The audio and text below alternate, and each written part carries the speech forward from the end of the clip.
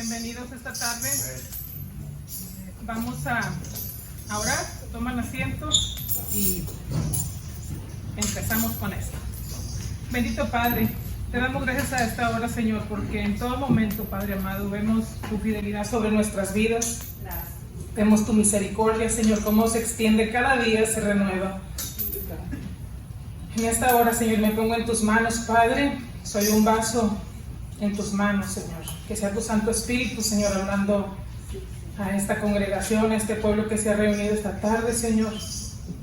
Que sea tu Santo Espíritu abriendo nuestro entendimiento, Señor, para guardar esta palabra, Señor, y no tan solo guardarla en nuestra mente, sino ponerla por obra, Señor. Te pido tú pongas gracia en mis labios, Señor, pongas un denuedo, que pongas, Señor, las palabras precisas y las palabras que tú quieres que yo hable en esta tarde, Señor, que no sea yo, Padre, que sea en todo momento tu nombre glorificado, Señor. Te damos gracias, Padre, por lo bueno que eres, Señor, por tu fidelidad, Señor, por tu amor y por tu palabra, Padre amado.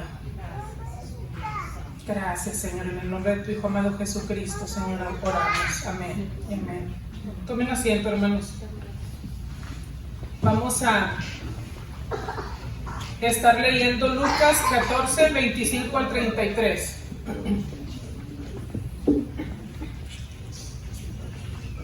Lucas 14, 25 al 33. Y el título de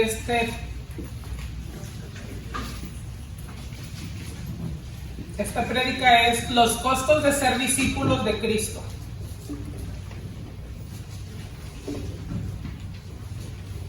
Antes de darles a conocer la cuota o el precio que el Señor nos explica que debemos de pagar como discípulos o como candidatos a discípulos de Él, vamos a ver la definición de discípulo.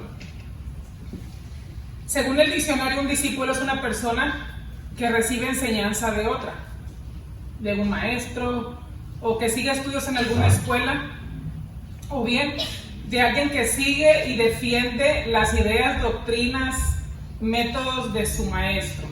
Todo eso es un discípulo según un diccionario secular. El término griego lo define mejor, no voy a dar la palabra así en el griego, pero el término griego para discípulo en el Nuevo Testamento significa más allá que un simple alumno o un estudiante o un seguidor de Cristo. Es alguien que se adhiere completamente a las enseñanzas de otro, haciendo de estas sus reglas de vida y de conducta. Más profundo aquí este término, ¿verdad? Como se nos muestra, es un término griego, pero sí se muestra en el Nuevo Testamento, ¿verdad? Ya traducido, es algo que es mucho más profundo que el término que se da, o la definición que se da a un discípulo de una escuela común y corriente. Ahora, ya sabiendo lo que es un discípulo, que es alguien que se adhiere completamente a la enseñanza de otro, haciendo de estas sus reglas de vida y de conducta. Esos son los discípulos de Cristo, así debemos de ser. Es una de las cosas a las que estamos llamados a ser. Voy a leer la porción, Lucas 14, 25, 33. No sé si alcance a desarrollarlo todo, pero voy a hacer mi mejor esfuerzo.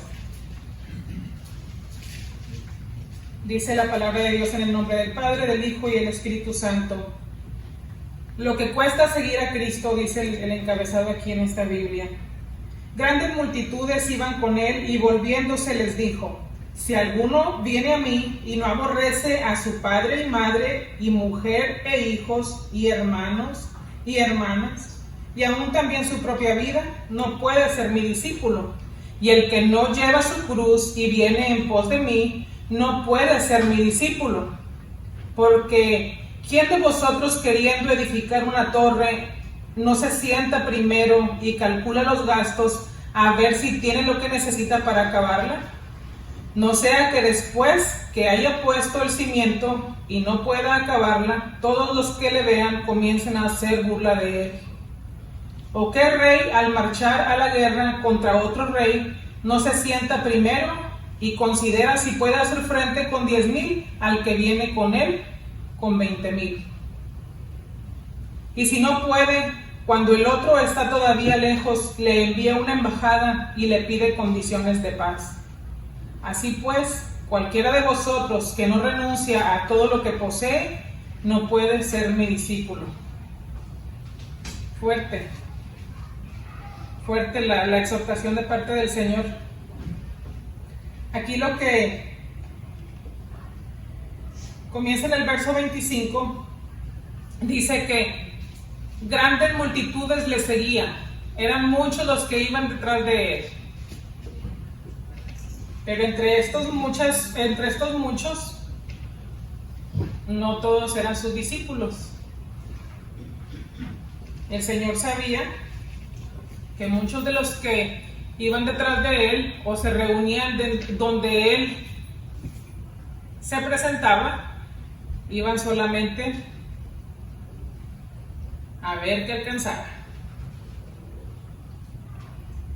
Cabe destacar que en este transcurso, en este camino, el Señor ya era su último viaje. El Señor iba rumbo a Jerusalén, justo antes de que lo entregaran y lo crucificaran por nosotros, para pagar por nuestros pecados. Ahí iba el Señor y todavía muchos iban tras él con esa expectativa de qué es lo que el Señor podía hacer por ellos. No qué es lo que ellos podían hacer para siempre estar pegados al Maestro, sino qué podía darles el Señor a ellos.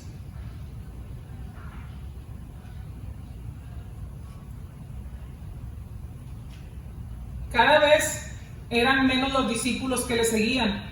Se habla de que en el principio, en varias ocasiones se menciona cómo va reduciéndose el número de personas. Eran muchas las personas que le seguían, pero en Juan 6:66 explica que había discípulos que se habían vuelto atrás y ya no le seguían más. Habían decidido irse terminantemente. O sea, ellos ya no querían seguir al lado del Maestro porque ya habían comenzado a considerar el alto precio que se paga por ser un discípulo del Maestro. Todavía así, Lucas 14:25, siendo este el último viaje del Señor, muchos estaban ahí para oírle, pero el número de seguidores comprometidos se iba reduciendo.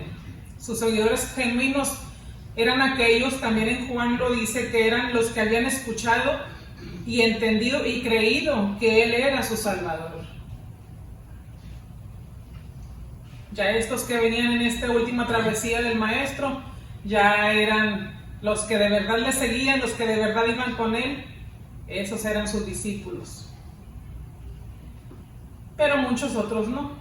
Y Jesús lo sabía, Jesús sabía que había muchos de ellos que solamente lo buscaban por lo que Él podía hacer por ellos, como les mencioné.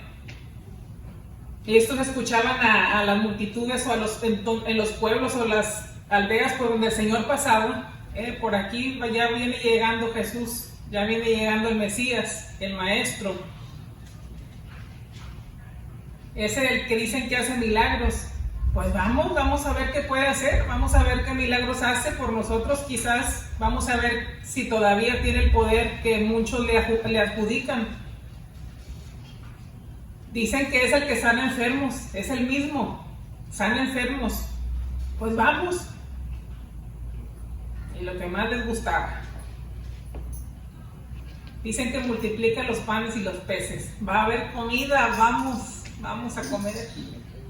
Porque a quien no le gusta ir a comer, a las fiestas, a las reuniones, nos gusta ir a comer. Y estas personas iban a ver qué recibían del Señor. ¿Les resultaba conveniente formar parte del montón? Les convenía. Pero no todos estaban dispuestos a pagar el costo. Aquí solamente es una descripción de quién iba detrás de él y con qué intenciones iban siguiéndole. Más adelante, leyendo esta porción, y discúlpenme por lo que voy a decir, pero esto de que las personas iban a donde escuchaban que Jesús iba a estar, me recuerda a muchos creyentes que van de evento en evento viendo a ver qué favor Dios les hace, pero que no se animan a darlo todo por él.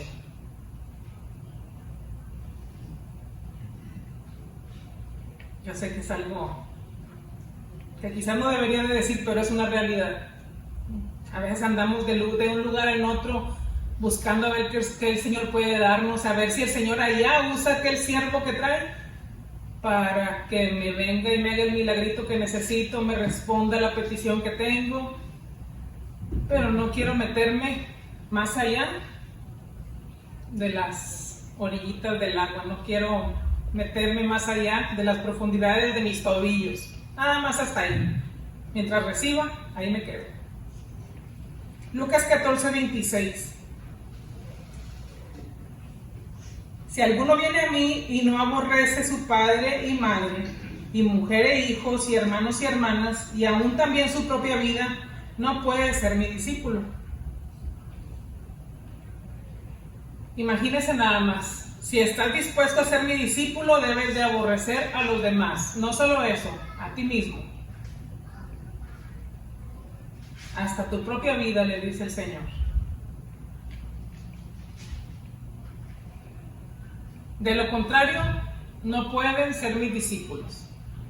Ahí estaban los requisitos, ahí ya los estaba el Señor sacando a la luz.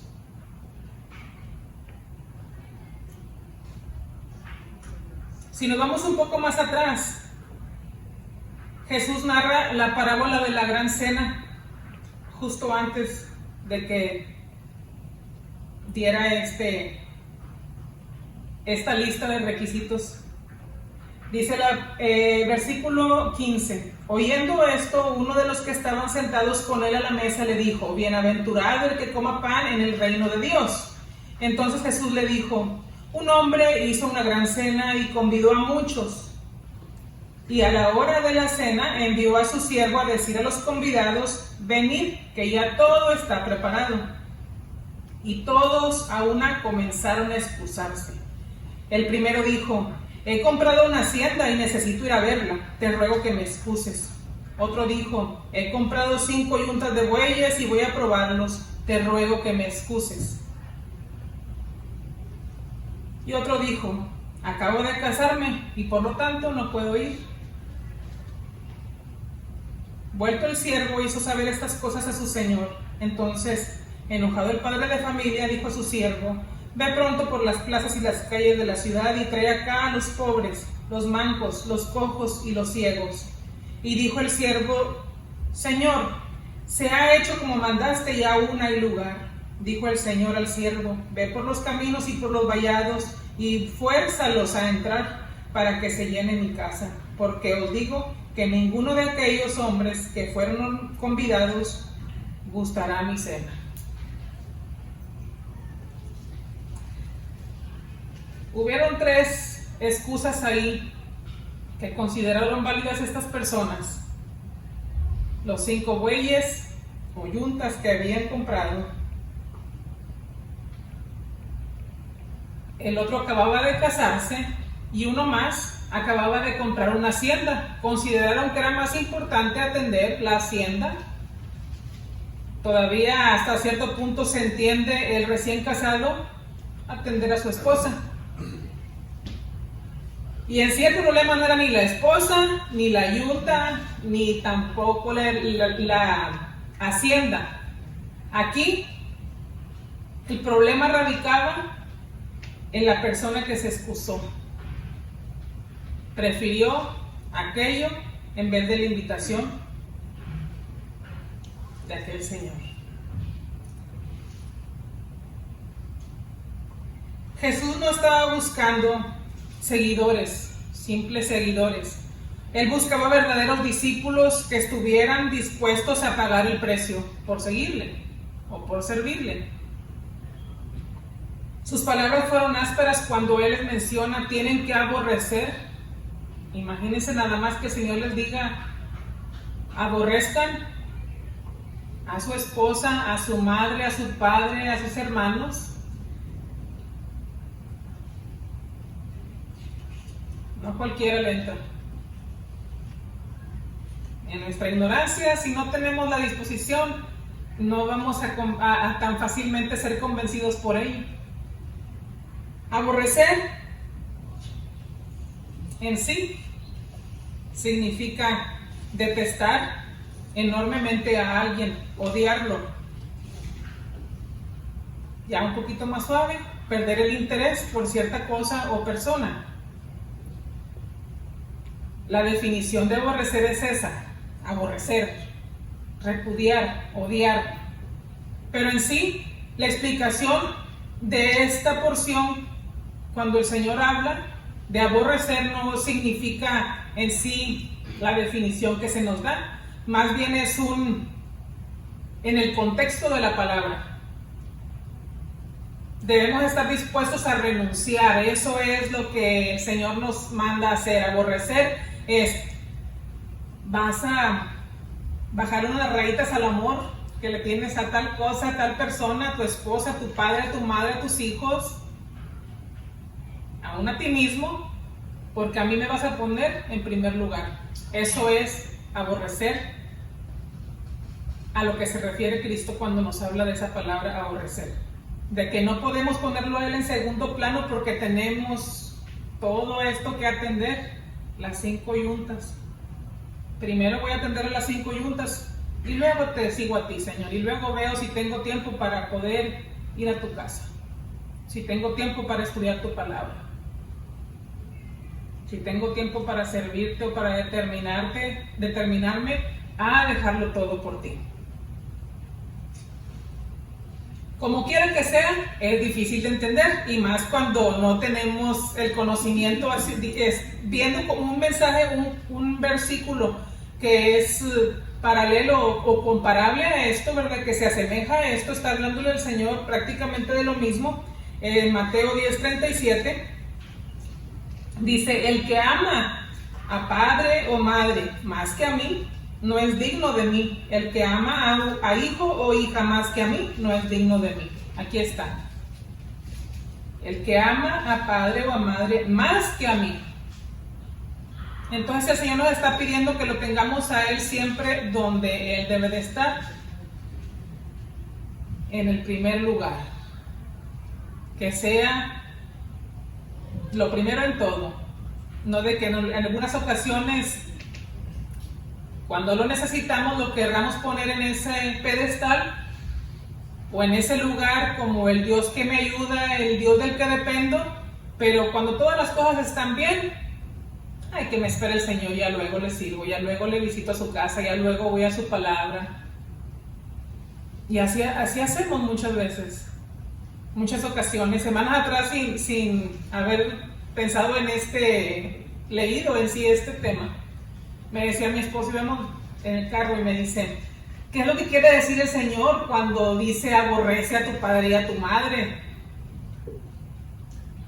Y sabes, pienso que es solamente algo que de que no podemos tener a alguien antes que a Él. Siempre tiene que Él ser nuestra prioridad en todo debe de ser Él. Ya cuando comienzo a leer este tema, me sorprende que ahí estaba la pregunta que mi esposo me hacía. Y son cosas que a veces no llegamos a comprender. Y me recuerdo siempre que mi esposo me decía, cuando él todavía comenzaba a oír apenas del Evangelio, que él escuchó que él tenía que amar más a Dios que a su mamá. Y dijo, ¿cómo? Si es mi mamá la que siempre ha estado al lado de nosotros, es mi mamá la que nos sacó adelante, ¿cómo voy a preferir amar a alguien que no veo que amar a mi mamá que se ha sacrificado por nosotros? Ese nivel de ignorancia, puedo decir, hay en nosotros cuando no tenemos conciencia de quién es el Señor o qué demanda de nosotros. que no tenemos conciencia de que es nuestro creador, de que Él ha determinado que fuéramos creados para adorarlo a Él. Ahí está la respuesta a quizás preguntas que nos venimos haciendo. De por qué, cómo voy a hacerle, cómo voy a preferir como mi esposo se hacía esa pregunta. ¿Cómo si mi mamá, o sea, no estuvo el papá, pero mi mamá siempre estuvo ahí al pie del cañón? ¿Cómo me piden aquí en este libro de que yo tengo que amar más a esa persona, ese ser que ni veo, que a mi mamá? O sea, que lo ha dado todo. Y sí, mi suegra lo dio todo por sacar adelante cinco muchachos y mis respetos. Pero aún con la labor que ella hizo, el lugar principal, nuestro todo, la alabanza y el reconocimiento debe de ser para el Señor, no para las personas, sea quien sea, ¿verdad? Que a veces. Entonces es una de las cosas que el Señor nos manda a que tenemos que estar dispuestos, primero que nada, como sus discípulos. Si queremos aplicar para ser sus discípulos, eso es lo primero. Aprender a desprendernos, no solamente de despegarnos de papi y de mami, o de mi esposa amada, o de mi esposo adorado, de nosotros mismos, y despegarnos o soltar las cosas que creemos que son necesarias para nosotros poder seguir viviendo, son las que nos aseguran. Muchas veces así pasa, el sistema de este mundo nos ha enseñado que tú te esfuerzas, tú obtienes lo que con tus propios esfuerzos consigues. Nos ha enseñado el mundo o el sistema de este mundo a amar las cosas más que a nada. Y dígame si no es cierto. Los logros, los éxitos, eso es lo que viene a darle valor a una persona o identidad incluso. Mis éxitos, he conseguido tal o cual cosa, tengo tantas propiedades porque me he esforzado, me he levantado desde muy de mañanita y voy y trabajo y he sido diligente en mi trabajo, en mi labor del día a día, y he conseguido amasar una fortuna con varios ceros por ahí. Imagínense. Muchas veces nos envolvemos por esos,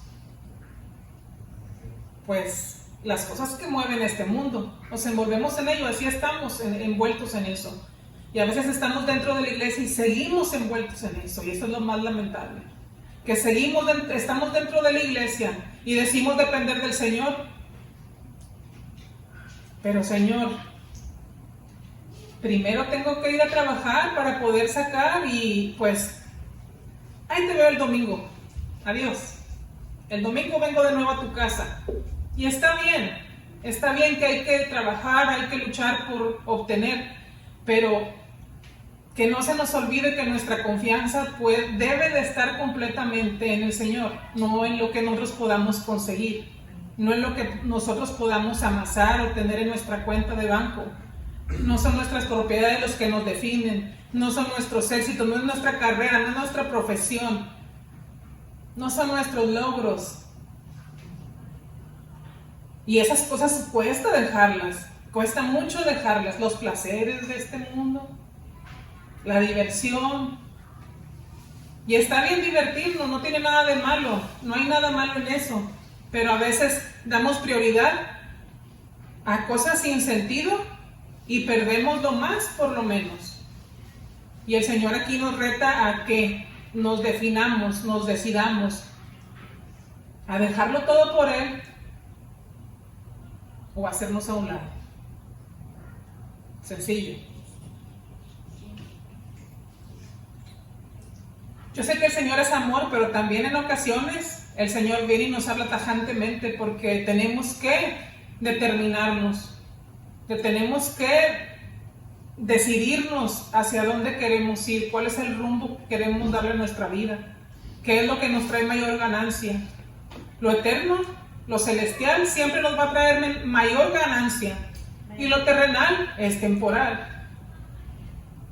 Lo celestial es eterno. y lo terrenal se va a desvanecer un día. Dice también por ahí, en Mateo, no hagan tesoros, ¿dónde? En la tierra. ¿Por qué? Porque la polilla, si han visto cómo trabaja las termitas, cómo devoran la madera rapidísimo, la consume. Así cada estructura de las casas que normalmente aquí en Estados Unidos están hechas las casas a base de madera, rápido. La termita viene y hace daños, deja estragos y aquello se vuelve polvo. Y lo que él tenía por seguro ya no está. ¿Por qué? Porque son cosas perecederas. Y en nosotros está en que nos enfocamos, en lo eterno o en lo perecedero. Una de dos. Aquí el Señor nos da a escoger.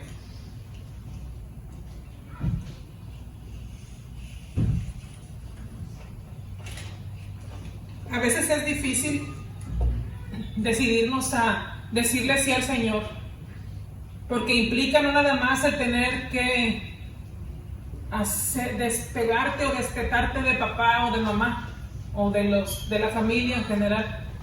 A veces estamos bien apegados a la abuela, a X persona, a cualquier miembro de nuestra familia, y es difícil despegarnos. Cuando venimos al Señor, cuando le decimos que sí al Señor, una de las cosas que suceden es que si dentro de nuestra familia o de nuestro entorno no hay más cristianos, vas a recibir de todo. Yo recuerdo cuando vine a los pies de Cristo, hubo quien me dijo, me decepcionas porque nunca pensé que fueras a dejar la creencia en la que tú creciste. Y me dolió bastante que me dijera eso, me dolió mucho.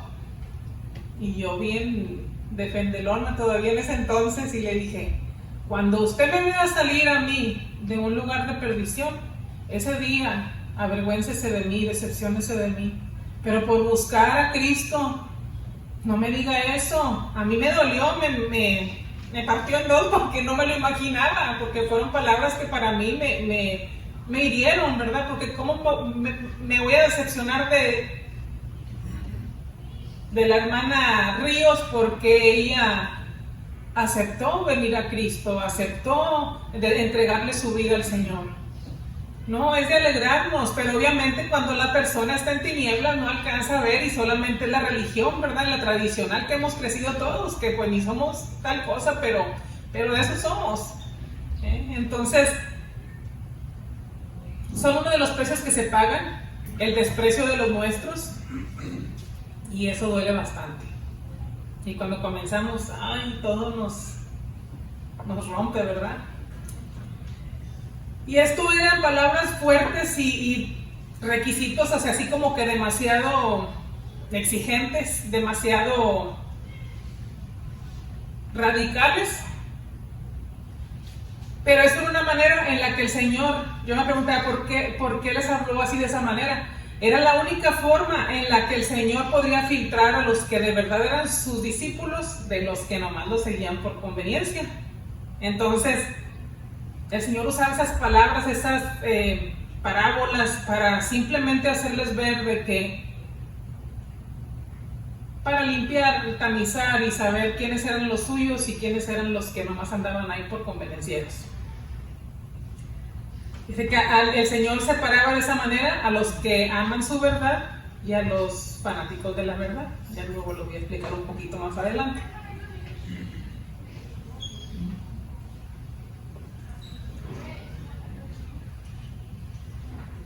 Ninguna relación personal, familiar, ni de negocio, ni trabajo, ni social debe de afectar nuestra relación con Jesús. Eso es lo que el Señor quiere, simple y sencillo.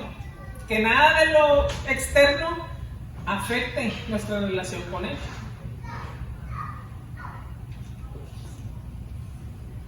Entonces, de manera intencional, el Señor nos pone frente a este desafío con nuestras relaciones más cercanas, más fuertes, ¿verdad? Los lazos más fuertes son con nuestra familia. Entonces el Señor, por aquí voy a comenzar. Esto es lo que más les duele soltar y es lo primero que tienen que soltar. Es lo primero de lo que tienen que renunciar, porque era en sí lo que el Señor quería.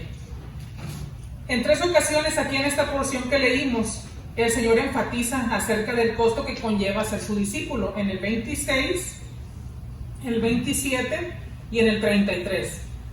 Lo recalca 3 veces. Era importante que entendiéramos lo que conlleva el precio de ser sus discípulos.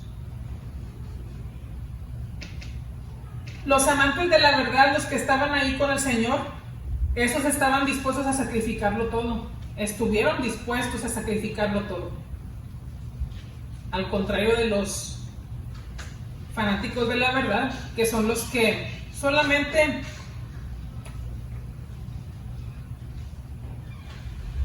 no me van a aventar tomates ni me van a andar poniendo mi disciplina, por favor y gracias. Nada, tengo las consecuencias. Los fanáticos de la verdad son los que se vienen el domingo temprano, están dispuestos a oír la verdad, a aprenderse la verdad, a memorizársela, guardársela, pero cuando ya les toca vivir la verdad, esto no me gusta y se hacen a un lado.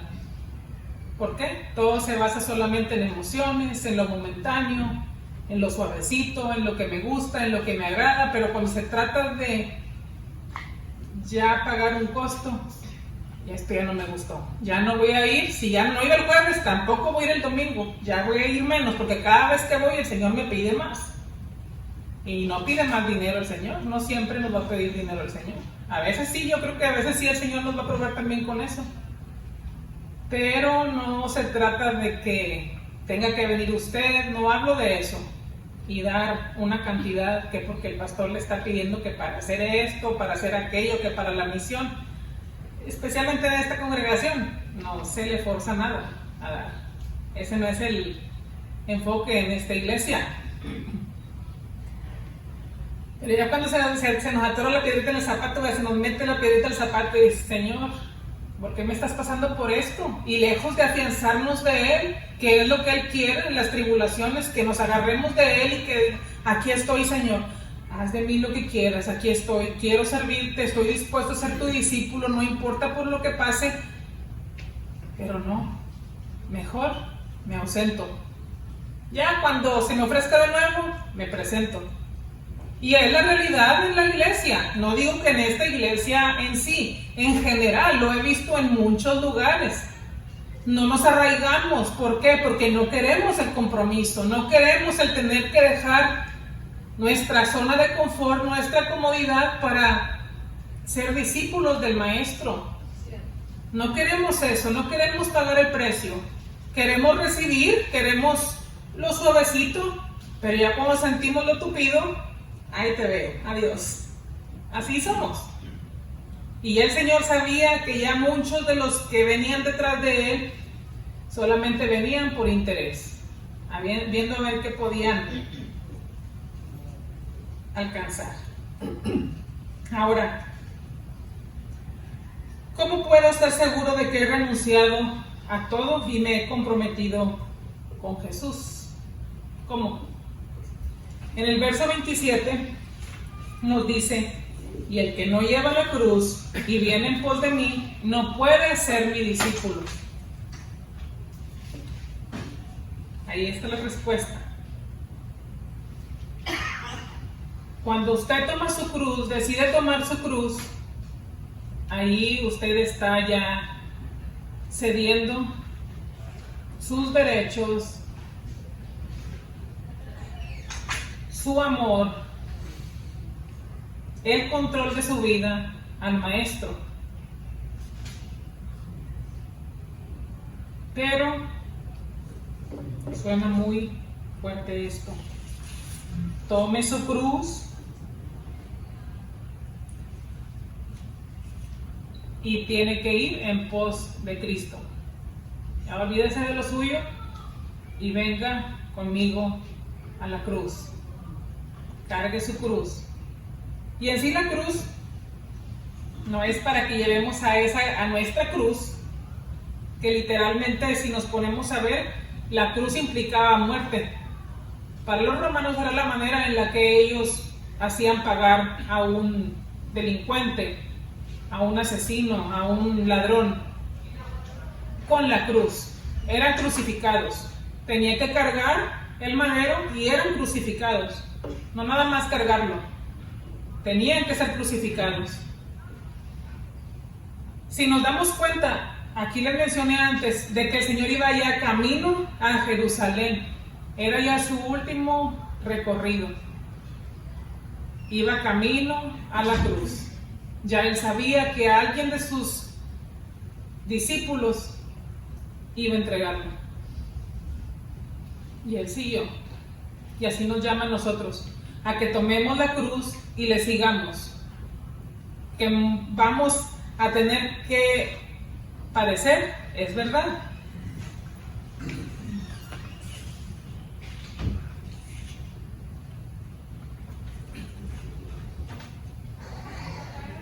Cuando el Señor nos invita, no nada más a ellos, nos invita también para nosotros, porque esta palabra ahí está desde hace muchos siglos, pero también es para nosotros. Y no es algo que yo estoy inventando, ni que quiera ser mala con los hermanos y torturarlos diciéndoles que la cruz tienen que cargarla. Aquí está, aquí está. Habrá quien la pinta más suavecito, pero el Señor usó palabras como aborrecer, como odiar, con el fin de hacernos entender. Y no creo que el Señor se vaya a enojar conmigo porque yo estoy repitiendo sus palabras. Tomar la cruz y seguirle es una invitación a la muerte,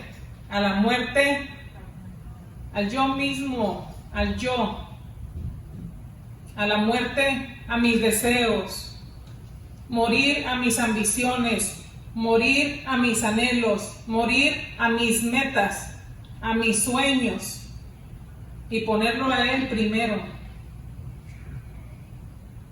¿No cree que cuando el Señor nos dice, ven, toma tu cruz y sígueme, no nos está invitando a ir a un parque de diversiones ni a un día de campo? No, la verdad no es esa.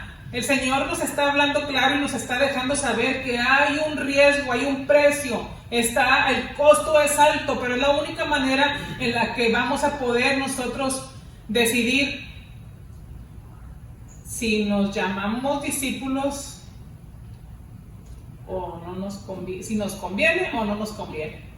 El costo ya no depende de nosotros, el calcular los costos. Y hay quien lo piensa, y mucho. Jesús nos invita a todos los que estamos dispuestos a ser sus discípulos al Gólgota. Allá nos invita a morir. Dice, ven, vamos a dar una vuelta por ese monte, ven conmigo y crucifica tu yo, tu pecado, tu amor por las cosas de este mundo, tu necesidad por tener un lugar de honor. Deja en esa cruz esos deseos de luchar por tus derechos, esos deseos de pelear por todo lo que este sistema de este mundo te ha enseñado que te mereces, por esos reconocimientos. Crucifica tu egoísmo, tus ambiciones. Ven aquí al Gólgota conmigo, dice el Señor, y ahí sella tu pacto y tu compromiso conmigo. Qué fuerte, ¿verdad? Qué difícil. Pero ahí en el Gólgota, ahí en ese monte, el Señor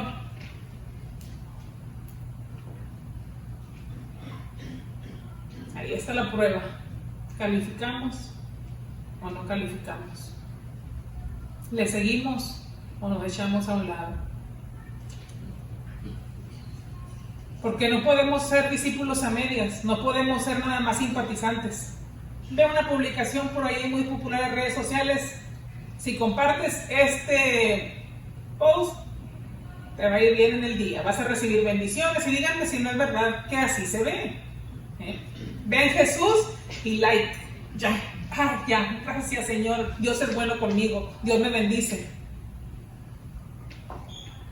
Es fácil ser un simpatizante del Señor, nada más eso. Lo difícil es ser un discípulo, y el Señor nos está llamando a eso, a que dejemos todo en la cruz y lo sigamos. A eso nos está invitando el Señor. O eres o no eres. Una de dos. O eres uno más de lo que se pierde, o eres uno de los que le sigue. La cruz está entre nosotros y nuestras metas, nuestros sueños, nuestros anhelos, nuestras ambiciones, nuestros deseos. Y muchas veces preferimos sacarle la vuelta a la cruz. Por acá me voy. Acá está el camino corto, por acá llego a mi meta, la consigo. Pero que cuando pasa aquella novedad por lo conseguido, quedamos en nada, vacíos, con problemas, una vida sin sentido, sin identidad, sin amor.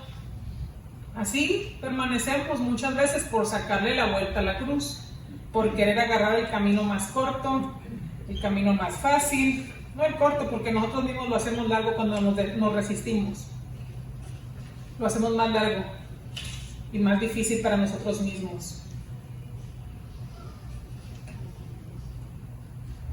Ser un discípulo te va a costar. Vas a tener que poner a Cristo primero antes que a los tuyos. Te va a costar abandonar tus ideales para vivir en su palabra. Te va a costar el rechazo, las ofensas, pero vas a preferir a Cristo y sus promesas. Te va a costar despojarte de todas esas ideas baratas que este sistema te ha vendido.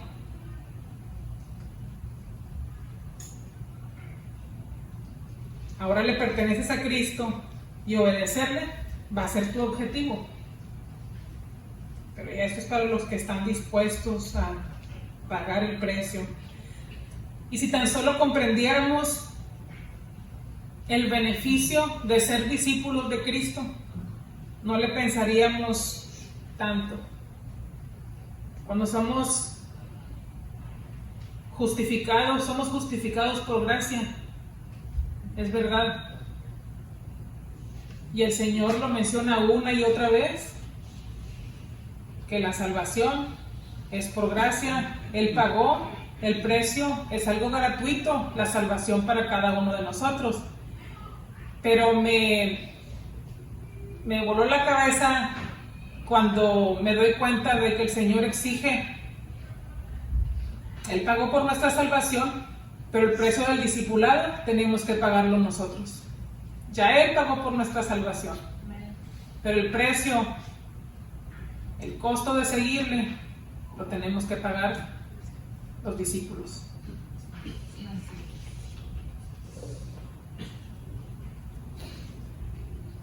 Estamos tan envueltos en las cosas en las que hemos crecido, en las que nos hemos envuelto, que el ser importante, yo tengo mis derechos. Si algo vemos en estos días es como la gente pelea por sus derechos. Es algo que ahorita, viendo las noticias, mi esposo y yo veíamos una nota donde una familia venezolana viene de alguno de aquellos países en Centroamérica, viene con un niño deshabilitado con algunas insuficiencias, muy delicado el niño, algo parece que en su corazón, y vienen y pues ponen al gobierno de vuelta y media. Y le digo yo a Israel, pero es que al momento en los que ellos deciden venir aquí, ellos saben que hay un riesgo, que hay un camino que atravesar, y aún así deciden venir. Pero el amarillismo de las televisoras, las redes sociales, no le pone el enfoque a lo que de verdad debe de ponerse, y es de que en realidad, si sabes el riesgo que hay, ¿para qué atraviesas todos esos lugares? ¿Para qué te expones si tú sabes que hay un riesgo? Pero obviamente hacen quedar mal al gobierno, buscan eso. Yo no digo que el gobierno, estoy de acuerdo con lo que hace, pero sí ahí se alborotan y empiezan la gente, es que tengo derechos. Tengo derechos como un ser humano que soy. Tengo derecho porque existe esa asociación, o no sé cómo llamarla, de los derechos humanos. Entonces todos los días, todos pelean por sus derechos humanos. Cuando uno viene al Señor, uno deja de patalear, uno deja de pelear por sus derechos, porque uno ya sabe quién es en Cristo, y ya no vale lo que dice el mundo. Los derechos que ofrece el mundo para mí son nada, son nulos, y eso nos cuesta mucho dejar. Yo tengo el derecho de, yo merezco esto, y se nos complica más cuando estamos en esa condición de no querer soltar o ceder nada. Pero si tan solo llegara a esos que se resisten tanto al dejar de pelear, dejar de luchar por lo que ellos deben de recibir, si tan solo entendiéramos que cuando le decimos que sí al Señor, cuando cedemos, cuando nos rendimos, ya no somos nada más unos simples terrenales, no somos nada más eso, ya no. Ya somos parte de algo más grande, algo incluso mayor que nosotros mismos, mayor al precio o al valor que nos ha dado este mundo.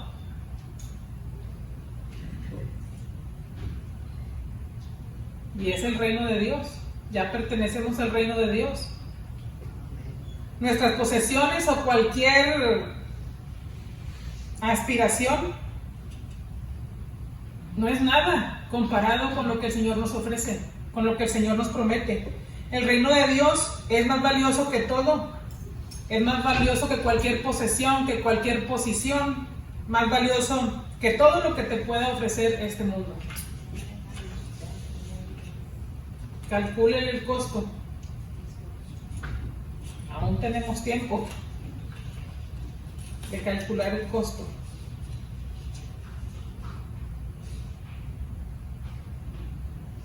No existe ningún llamado más supremo que el llamado que nos hace Jesús de ser sus discípulos. No hay otro llamado aquí en la tierra, no hay nada más, no hay otro reino. Pueden haber los reinos en Europa, que usted ve imperios en otros continentes, y son eso. Aquí en la tierra solamente no tienen autoridad en el cielo, no tienen potestad en ninguna otra cosa más que lo terrenal, solamente en eso. ¿Estamos dispuestos a ser discípulos del Señor? Él mismo nos dijo que el camino sería difícil, estrecho, que la puerta es angosta, que tendríamos aflicción, que seremos perseguidos por causa de su nombre, pero también nos ha prometido estar con nosotros todos los días hasta el fin. Ha prometido que nunca nos va a desamparar, que nunca nos va a dejar, y que pronto va a venir a buscarnos, que va a venir por su iglesia para así disfrutar junto a Él la vida plena y abundante por la eternidad. Calcúlele usted ahí, haga su cotización, su estimado. No hay ni habrá reino más precioso al cual pertenecer, ni habrá un rey más sublime al cual servir. No hay. Ser un discípulo de Cristo, ser un ciudadano de su reino es lo más valioso. No hay nada mayor, no hay mayor tesoro más grande que existe en esta tierra más que Cristo Jesús. Ya de aquí me voy a ir rápido, voy a tratar de ser bien breve porque sé que ya me tomé mucho tiempo.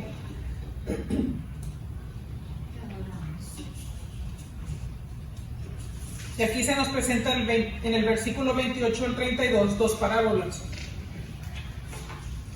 Las voy a leer rápidamente. Porque ¿quién de vosotros, queriendo edificar una torre, no se sienta primero y calcula los gastos, a ver si tiene lo que necesita para acabarla? No sea que después que haya puesto el cimiento no pueda acabarla, todos los que lo vean comiencen a hacer burla de él. O que el rey, al marchar a la guerra contra otro rey, no se sienta primero y considera si puede hacer frente con 10,000 al que viene contra él con 20,000. Y si no puede, cuando el otro está todavía lejos, le envía una embajada y le pide condiciones de paz. Aquí son estas dos parábolas, no voy a entrar mucho en detalle, pero las dos ilustraciones tienen en común que lo que Jesús busca resaltar es que debemos estar conscientes del costo de ser sus discípulos. Todo encaja en lo mismo. Hay un costo. ¿De verdad estamos dispuestos? Tenemos que calcular cuánto nos costará el constructor la torre.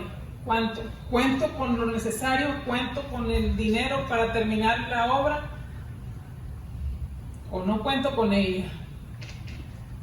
Como discípulos, ¿estamos dispuestos a aborrecer incluso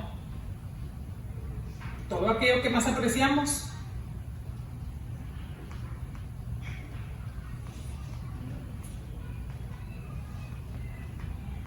Como vimos anteriormente y ya casi para terminar, las multitudes se le acercaban a Jesús y buscaban una porción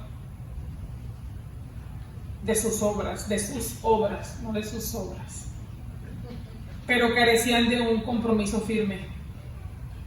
Jesús, lejos de presentarles un evangelio color de rosa o más allá de suavizar el evangelio con palabras de afirmación y palabras humanistas para convencerlos de que se quedaran, como actualmente escuchamos mucho, que el evangelio se suaviza para que no se nos vayan los congregantes. El Señor no, lo presentó tal y como es.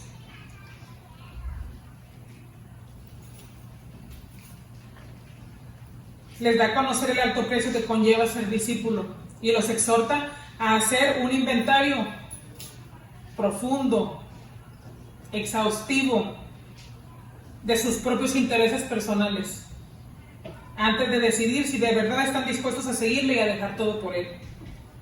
Solamente los que hicieron bien sus cálculos y que estuvieron dispuestos a cumplir con los requisitos de su maestro y en su reino, estuvieron dispuestos a invertir en el reino, fueron dignos de ser sus discípulos, y fueron muy poquitos.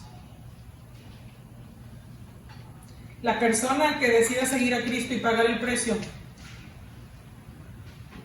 aunque la decisión al principio parezca difícil, tenga por seguro que Dios mismo le sustentará, le fortalecerá y le ayudará, y también le recompensará por haber tomado la decisión de seguirle, de no ser uno más del montón, sino de determinarse a entregarle todo al Señor, ceder todo al Señor y vivir para Él. Termina esta reflexión en el verso 33 y concluye de una buena manera. El significado de seguir a Cristo, como lo expresa esta cita. Así pues, cualquiera de vosotros que no renuncie a todo lo que posee, no puede ser mi discípulo. Cualquiera de vosotros que no renuncie a todo lo que posee, no puede ser mi discípulo. Y esa renuncia se refiere al lugar que tienen todas esas cosas antes nombradas en nuestro corazón. Y recordemos que donde está nuestro corazón, donde está nuestro tesoro, ahí está nuestro corazón. Mateo 6:21 lo dice. ¿Estamos dispuestos a pagar el costo para ser esos discípulos que aman la verdad y que están dispuestos a dar todo por el Señor? Calcúlele usted el costo y arréglese con el Señor. Dele la respuesta al Señor, no a mí. O lo damos todo por Cristo, o nos hacemos a un lado.